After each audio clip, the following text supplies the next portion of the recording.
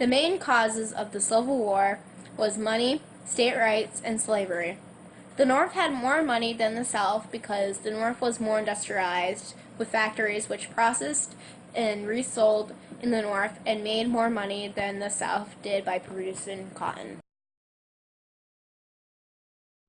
North made more money than the South because all the South was able to do was sell the cotton to the North and other countries where the North could process the cotton into clothing and many other useful items during the war, and made way more money than the South did by selling the cotton. Many women during the war worked in factories while the men were fighting on the battlefield. These are not actually the materials that they used in the factories at that time. Abraham Lincoln was elected as the president for the North. He did not allow slavery to expand.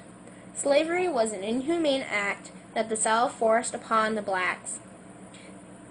The slavery didn't apply in the northern states.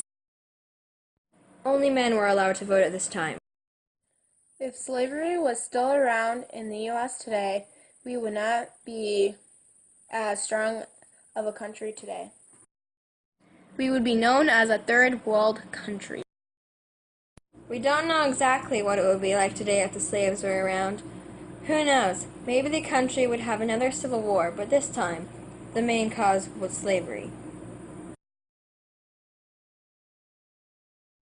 The fight for state rights was because the South felt it was unfair when it came to making a choice when a territory was a slave or non-slave state. The South wanted to expand to have more slave states and more room to grow cotton. But the North wanted the territory to become a non-slave state because the North did not want slavery to expand. This clip shows protesting senators. Before the war, if you were a black or white citizen, you were either a working man or a stay-at-home woman who cared for the children, or you could have taught at schools. Not all children went to school. Younger ones stayed at home, sometimes in nurseries. Meanwhile, if you were a slave in the South, you worked long, hard hours without any pay, and were sometimes sold to work for other families or rich men in other places. Male slaves mostly worked out in the cotton fields, while some women slaves were allowed to work inside. I am pretending to scrub the floor with a hat. During the Civil War, the North and South men of the family were off. They went to fight alongside a few women dressed as male soldiers. Many women either worked in factories or volunteered as a nurse on the battlefield, trying their hardest to keep the soldiers alive with the medicine that they had during this time period. I am having a seizure. A nurse named Clara Burton started the Red Cross. After the war, the country stayed together, and the southern states slowly rejoined the country to become the U.S. as it is today. The opinions on slavery were very different. North was against slavery in every way, and thought it was the most unhumane thing to do to a person. Meanwhile, it was the South's very way of life, and their way to make money. The slaves were suffering, and so against slavery that they risked their lives to escape the awful home in the South.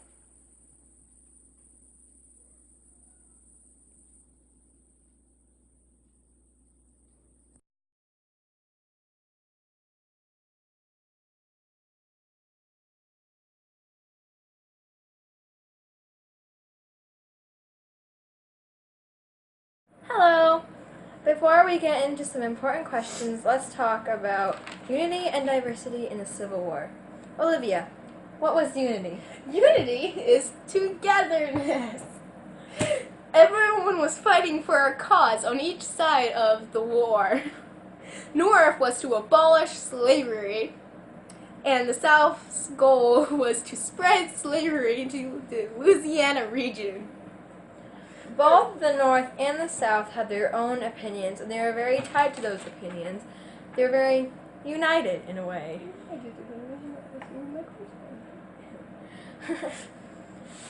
I will be answering what is diversity. Diversity is being a part. The North and the South had complete different opinions. The North wanted to keep the states together, while the South wanted to separate. The North wanted slavery to end, and the South wanted it to expand and continue. These caused the states to be very diverse and independent to themselves. Now for some of the very important questions about the Civil War.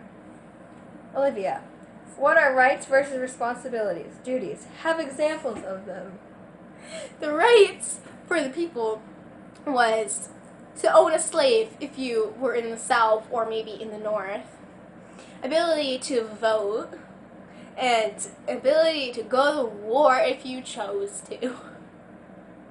And the responsibilities was to go to war, of course, and do their part as a citizen and vote, pretty much the same thing as the rights, and do their part for the war, like a nurse or a train conductor to transport goods and soldiers down to the war, and factory workers to produce products for the war.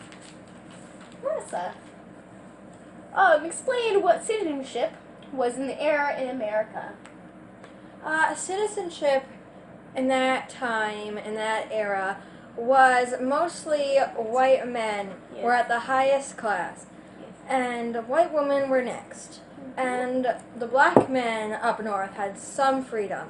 And basically, the person you did not want to be a citizen of America was a black woman because they could not vote and they were treated much worse than black men, even so.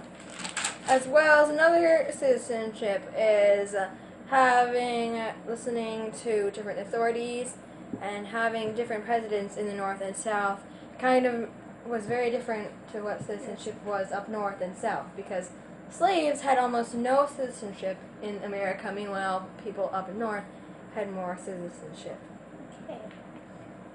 Olivia, Yes.